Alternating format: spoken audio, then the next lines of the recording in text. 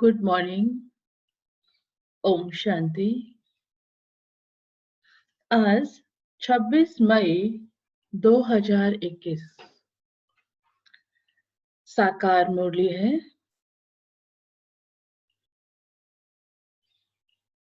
बाप दादा बोले, मीठे बच्चे निश्चय बुद्धि बन बाप की हर आज्ञा पर चलते रहो। आज्ञा पर चलने से ही श्रेष्ठ बनेंगे। तो निश्चय बुद्धि विजयंती। निश्चय बुद्धि बाबा क्यों बोलते हैं?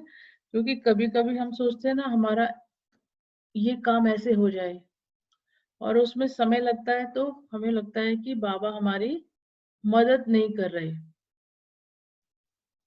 लेकिन ऐसी कंडीशन में हमें धैर्य रखना होता है।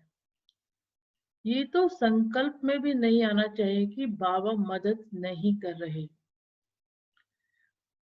बाबा को मालूम है कब क्या करना है। तो जब ऐसी सिचुएशन होती है तो हमें क्या करना होता है? वेट एंड वॉच और बाबा पर निश्चय रखना होता है। भगवान की बुद्धि और हमारी बुद्धि में, भगवान की सोच और हमारी सोच में अंतर है। तो निश्चय के साथ धैर्यता।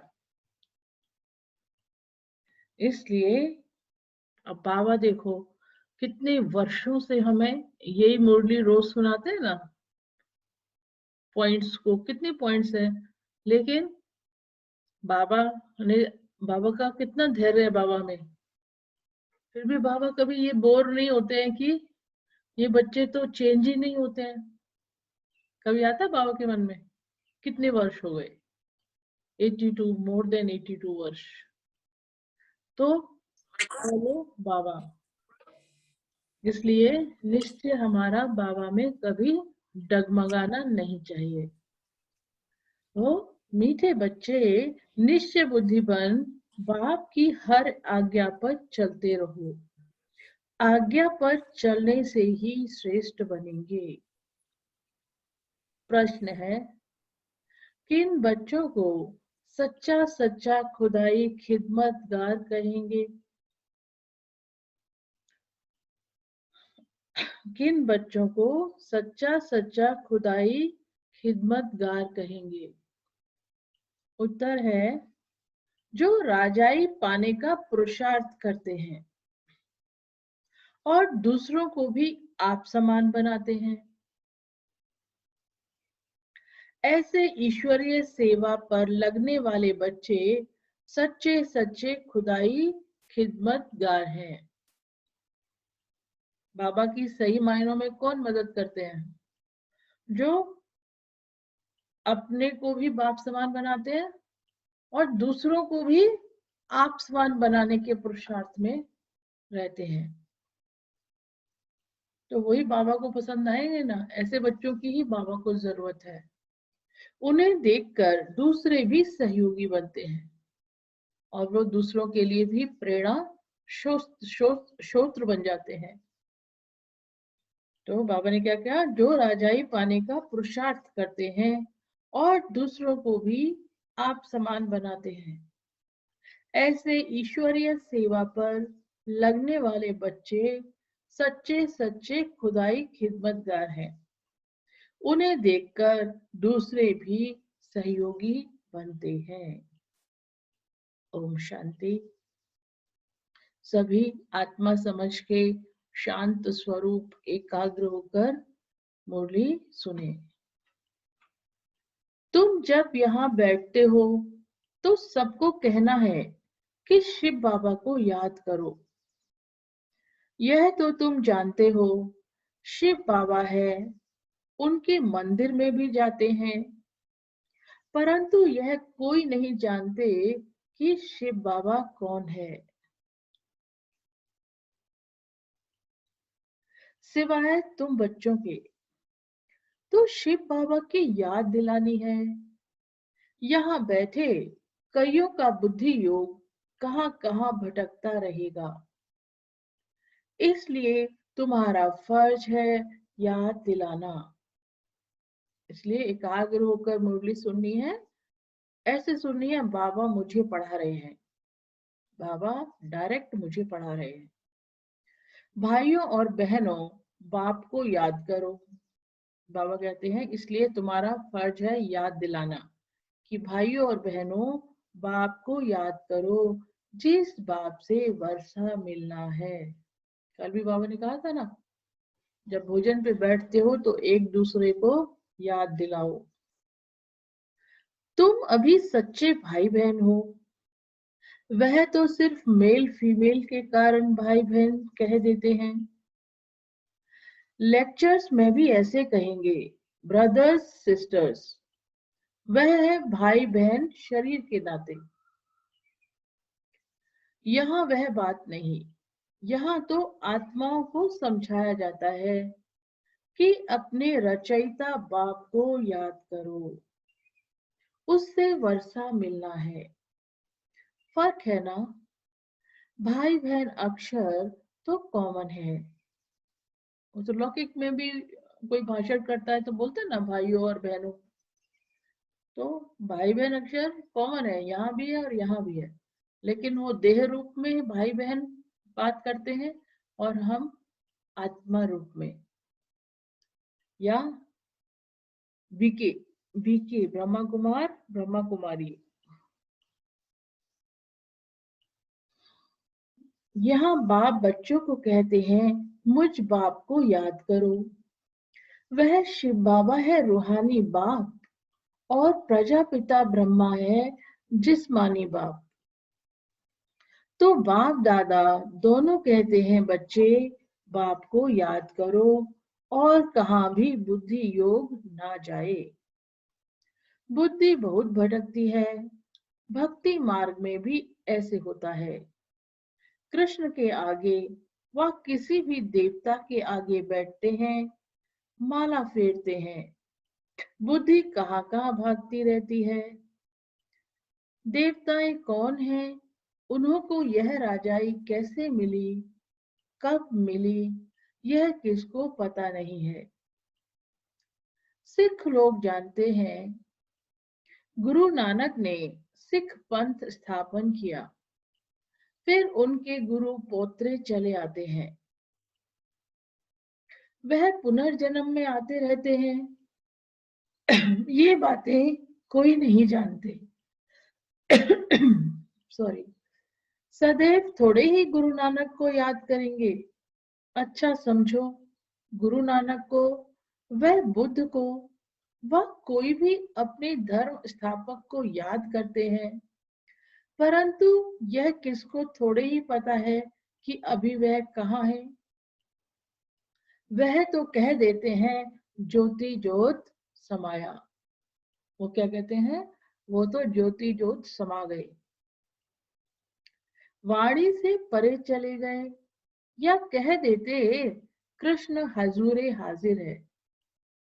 जिधर देखो कृष्ण ही कृष्ण है, राधे ही राधे है।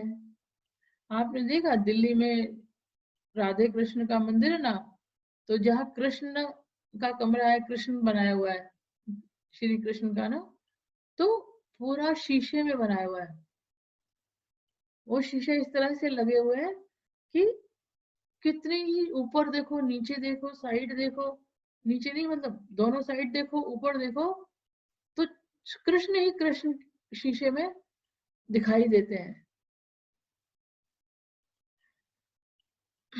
तो बाबा कहते हैं और भी कई जगह ऐसे होंगे, और राधे के कमरे में तो राधे ही राधे के। तो जो कृष्ण को मानने वाले होते हैं, श्री कृष्ण को, वो उनकी बुद्धि में हमेशा श्री कृष्ण ही, और जो राधा को मानते हैं श्री राधे, तो उनकी बुद्धि में राधे ही राधे, और कोई नहीं आएगा, वो उन्हीं को मानेंगे। बाबा कहते हैं कि चित्र ना होते भी यह भी समझते नहीं, राधे कृष्ण के साथ फिर लक्ष्मी नारायण का क्या संबंध है, यह बाप ही आकर समझाते हैं। तुम कोई को भी समझा सकते हो, यह तो निराकार बाबा हमको समझाते हैं। वास्तव में निराकार तो सभी है। आत्मा निराकार है, फिर इस साकार द्वारा बोलती है। निराकार तो बोल ना सके, आत्मा शरीर के द्वारा ही बोलेगी ना, वैसे तो बोल नहीं सकती। तुम समझा सकते हो, हमारा बाबा सो तुम्हारा बाबा है। शिव बाबा ज्ञान का सागर, शांति का सागर है, बेहद का बाप है। उनको भी शरीर तो चाहिए ना। खुद कहते हैं, हम इस ब्रह्मा तन में आता हूँ। तब तो इस ब्राह्मण धर्म की स्थापना हो। ब्रह्मा द्वारा रचना होती ही है ब्राह्मणों की। तो बाप ब्राह्मण बच्चों को ही समझाते हैं, दूसरे किसको नहीं समझाते, बच्चों को ही समझाते हैं। ऐसे नहीं कि हम शिव बाबा के बच्चे हैं इसलिए भगवान है। नहीं, बाप बाप है, बच्चे बच्चे हैं। हाँ, जब बच्चा बड़ा हो, बाप बने, बच्चे पैदा करे, तब बाप कहा जाए। बाबा कह रहे हैं, बाप और बच्चा है, तो बच्चा बच्चा है, बाप बाप है, दोनों एक थोड़ी हो सकते हैं। हाँ, वो बच्चा जब बड़ा होगा, उसकी शादी होगी, तो उसका बच्चा होगा, तो वो बाप बन जाएगा। जब उसका बच्चा होगा तब वो बाप बनेगा। इनके तो ढेर बच्चे हैं ना, बच्चों को ही समझाते हैं। जो निश्चय बुद्धि है, निश्चय बुद्धि बाप की आज्ञा पर चलेंगे, क्योंकि श्रीमत से ही श्रेष्ठ बन सकते हैं। अभी तुम जानते हो, हम उन देवताओं जैसे बन रहे हैं। जन्म जन्मांतर हम देवताओं की महिमा गाते आए हैं। अब हमको श्रीमत पर ऐसे बनना है। राजा स्थापन होनी है। सब तो पूरी रीति श्रीमत पर नहीं चलेंगे, नंबर वार चलेंगे, क्योंकि बहुत बड़ी राजाई है। राजाई में प्रजा, नौकर चाकर, चंडाल आदि सब चाहिए। ऐसी चलन वालों का भी साक्षात्कार होगा कि यह चंडाल की फैमिली में जाएंगे। क्योंकि राजधानी है ना, तो राजधानी में तो सब चाहिए, राजा चाहिए, राजा के मंत्री चाहिए, राजा अधिकारी चाहिए, साहूकार चाहिए, प्रजा चाहिए, रॉयल प्रजा चाहिए, दासियां चाहिए, रॉयल दासियां चाहिए, नौकर चाकर चाहिए, चांडाल चाहिए। सबका रोल तो होगा ही ना, राजधानी में तो सब चाहिए। तो बाबा कहते हैं, चंडाल एक तो नहीं होगा, उनकी भी फैमिली होगी। चंडालों की भी यूनियन होती है, सब आपस में मिलते हैं। स्ट्राइक आदि करें तो सब काम छोड़ दें। सत्युग में तो ऐसी बात होती नहीं। तुम्हारा एक चित्र भी है, जिस पर तुम पूछते हो कि क्या बनने चाहते हो। बैरिस्टर बनेंगे, देवता बनेंगे। तुम्हारी सारी राजधानी स्थापन हो रही है, कम थोड़े ही है। बेहद का बाप बेहद की बातें बैठ समझाते हैं। यह बुद्धि में बैठ जाना चाहिए। हम भविष्य के लिए पुरुषार्थ कर ऊंच पद पाएंगे। श्रीमत पर हम श्रेष्ठ से श्रेष्ठ राजाई पद पाएंगे, और फिर दूसरों को जब आप समान बनाए, तब कहा जाए खुदाई खिदमतगार। किसका कुछ भी छिपा नहीं रह सकता, आगे चल सब मालूम पड़ेगा। अभी तो कुछ छिपा भी हुआ है हमारी चीजें ना, लेकिन आगे जो समय आएगा उसमें सबकी हर चीज स्पष्ट होगी, कुछ भी छिपी नहीं रह सकती। क्योंकि सत्य भगवान की सत्य राजधानी स्थापन हो रही है। चाहे झूठ है चाहे सत्य है, बाबा कहते हैं सभी प्रत्यक्ष होगा। तो बाबा कहते हैं आगे चल सब मालूम पड़ेगा। इसको ही ज्ञान का प्रकाश कहा जाता है। रोशनी मिलती जाती है। मनुष्य को कुछ भी पता थोड़े ही पड़ता है। बॉन्ड्स भी अंदर बनाते रहते हैं। कोई भी चीज रखने के लिए थोड़ी ही बनाई जाती है। पहले पहले तलवार से लड़ाई चलती है, फिर बंदूक बनाई, काम में लाने के लिए, रखने के लिए नहीं। समझते भी है इससे मौत होगा। ट्रायल ट्रायल तो की है ना। हिरोशिमा में एक बम से कितने मरे? ये ट्रायल किया था हिरोशिमा में ना। तो वो कहते हैं हिरोशिमा में, ये जापान में है, एक बम से कितने मरे थे। उसके बाद देखो फिर कितनी उन्नति की है, कितने ढेर मकान बनाए हैं। अब ऐसा विनाश नहीं होगा जो हॉस्पिटल में पड़े रहे।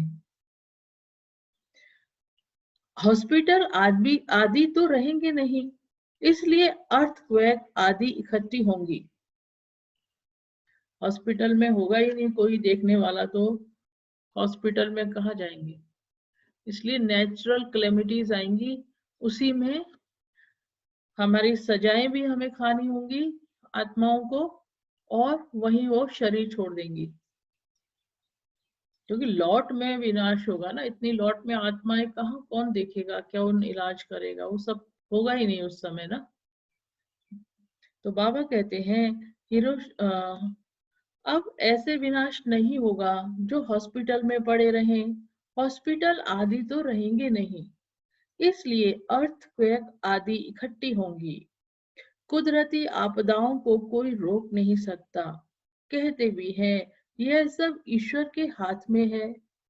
अब तुम बच्चे समझते हो विनाश तो होना ही है, अकाल पड़ना है, पानी नहीं मिलेगा, सो तो तुम जानते हो, कोई नई बात नहीं है। कल्प पहले भी ऐसे हुआ था। कल्प का ज्ञान तो कोई में है नहीं। कहते भी हैं क्राइस्ट से 3000 वर्ष पहले पैराडाइज था। फिर शास्त्रों में कल्प की आयु लाखों वर्ष लिख दी है। कोई का भी अटेंशन नहीं जाता है, सुनकर फिर अपने धंधे आदि में लग जाते हैं। तो अब बाप बच्चों को समझाते हैं, अब जल्दी जल्दी पुरुषार्थ करो, याद में रहो तो खाद निकलती जाएगी। तुमको यहाँ ही सतो प्रधान बनना है, नहीं तो सजाएं खाकर फिर अपने अपने धर्म में चले जाएंगे। श्रीमद् भगवान की मिलती है।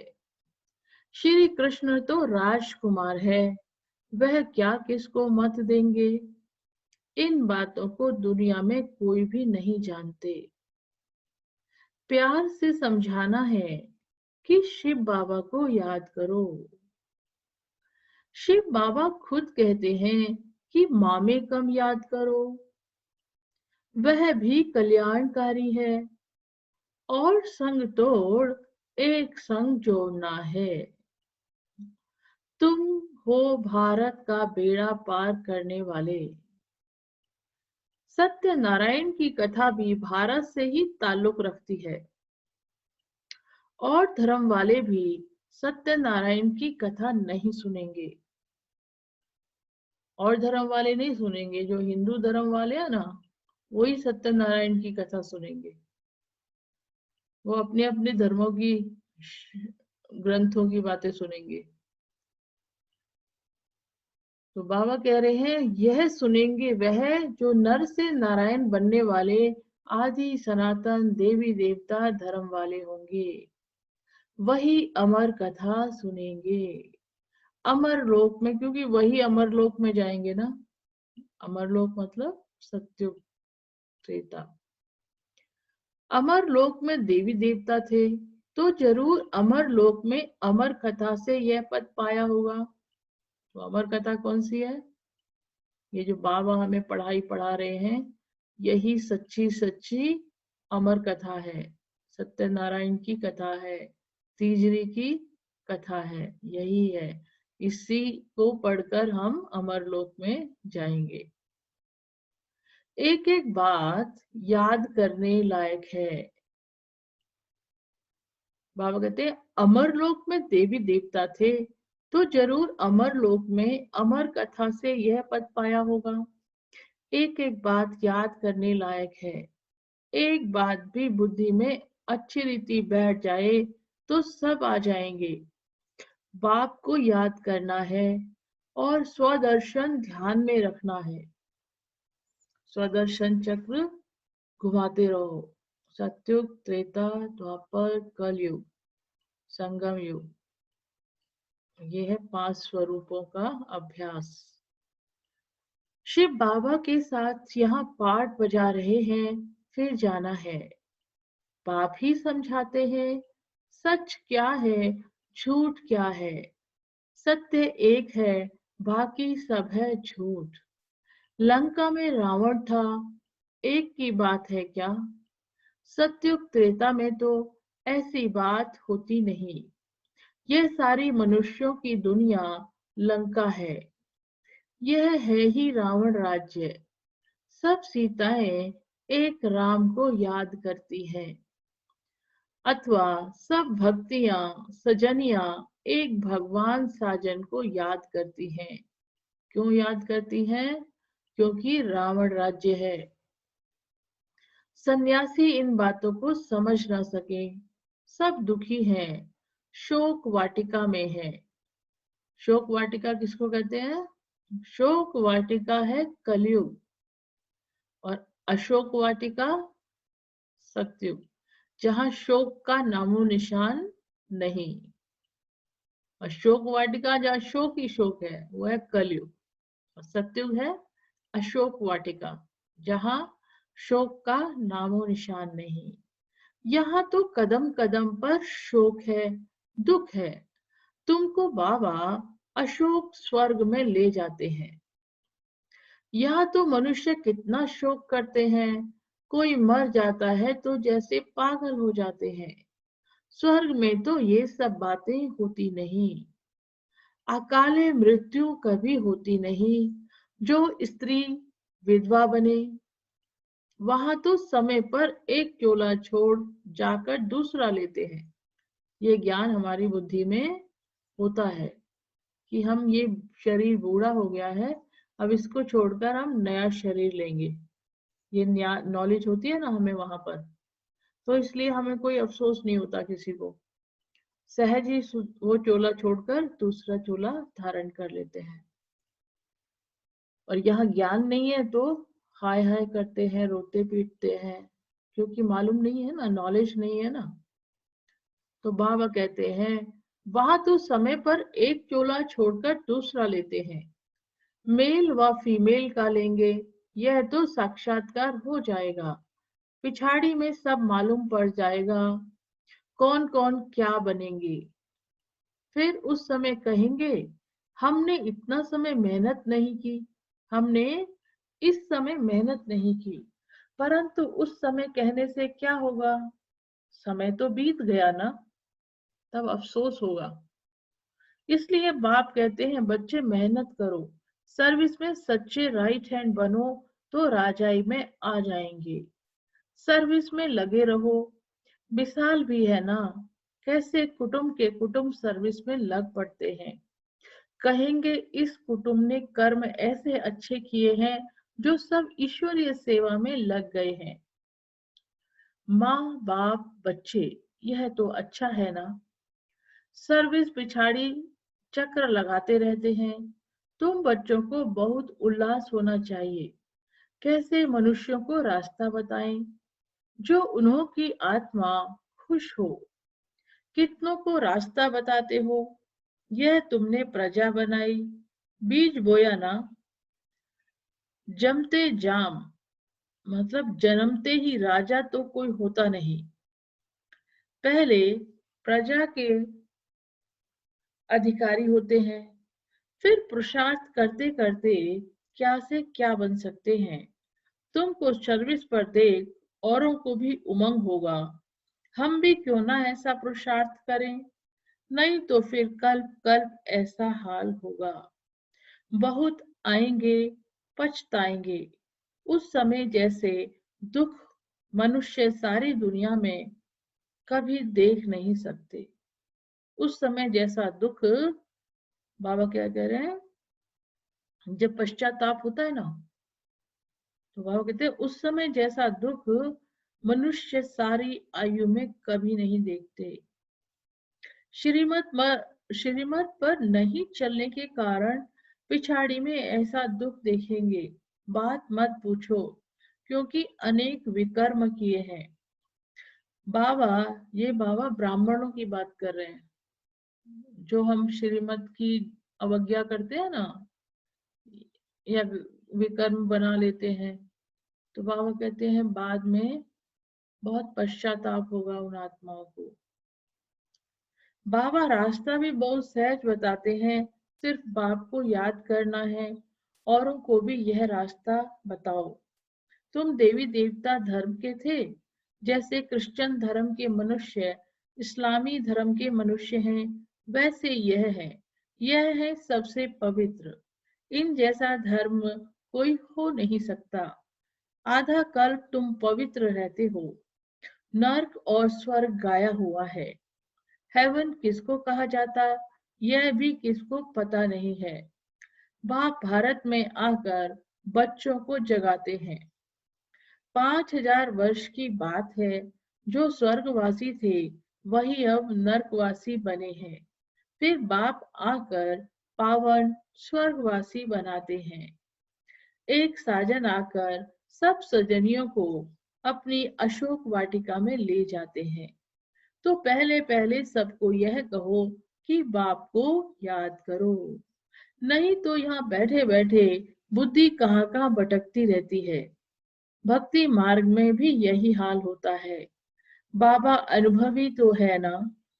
सबसे अच्छा धंधा जवाहरात का होता है। उनमें सच और झूठ को बड़ा मुश्किल समझते हैं। पहचान नहीं होती ना, सोने चांदी हीरे की पहचान तो होती नहीं है, तो उसमें किसी को पता ही नहीं लगता। यहाँ भी सब सच छिपा हुआ है, झूठ ही झूठ चलता रहता है। यह भी ड्रामा में नूद है। तुम जानते हो हम सब ड्रामा के एक्टर्स हैं। इनसे कोई भी निकल नहीं सकता, कोई भी मोक्ष को पा नहीं सकता। विवेक से काम लेना होता है। पाठ में चलते ही जाते हैं, फिर कल्प बाद वही पाठ रिपीट करेंगे। तुम देखेंगे कैसे मनुष्य मरते हैं, विनाश होना है, सब आत्माएं निर्माण धाम में चली जाएंगी। यह बुद्धि में ज्ञान है। सर्विस पर लगे रहने से बहुतों का कल्याण होगा। सारा परिवार ही इस ज्ञान में लग जाए तो बड़ा वंडर हो जाएगा। अच्छा, मीठे मीठे सखीलधे बच्चों प्रति माता पिता बाप दादा का याद प्यार और गुड मॉर्निंग। रूहानी बाप की रूहानी बच्चों को नमस्ते। हम रूहानी बच्चों की रूहानी बाप दादा को गुड मॉर्निंग और नमस्ते। धारणा के लिए मुख्य सार है, पहला पॉइंट है, पिछाड़ी की दर्दनाक सीन से व दुखों से छूटने के लिए अभी से बाप की श्रीमत पर चलना है। पॉइंट नोट करने वाला है। पिछाड़ी की दर्दनाक सीन से व दुखों से छूटने के लिए अभी से बाप की श्रीमत पर चलना है। आप समान बनाने की सेवा श्रीमत पर करनी है। दूसरा पॉइंट है, सर्विस में बाप का राइट हैंड बनना है। आत्मा को खुश करने का रास्ता बताना है, सबका कल्याण करना है।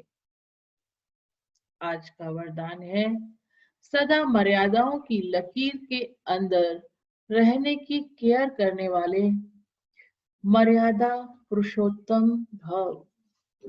जो बच्चे अपने आप को एक ही बाप अर्थात राम की सच्ची सीता समझकर सदा मर्यादाओं की लकीर के अंदर रहते हैं, अर्थात वह केयर करते हैं, यह केयर करते हैं, वह केयरफुल, सो चीयरफुल, चीयरफुल माने हर्षित, स्वतः रहते हैं। तो सवेरे से रात तक के लिए जो भी मर्यादाएं मिली हुई हैं, उनकी स्पष्ट नॉलेज बुद्धि में रख स्वयं को सच्ची सीता समझकर मर्यादाओं की लकीर के अंदर रहो, तब कहेंगे मर्यादा पुरुषोत्तम। तो जो बाबा ने मर्यादाएं बनाई हैं, उनके अंदर रहना है। स्लोगन है, सेवा की अति में नहीं जाओ, सेवा और स्व पुरुषार्थ का बैलेंस रखो। अपना पुरुषार्थ भी साथ साथ करना है, इसलिए सेवा की अति में नहीं जाओ, स्व पुरुषार्थ को भी, अपने को भी तो कर्मातीत बनाना है ना, तो दोनों बैलेंस होना चाहिए, सेवा भी और स्व पुरुषार्थ भी। तो वरदान को तो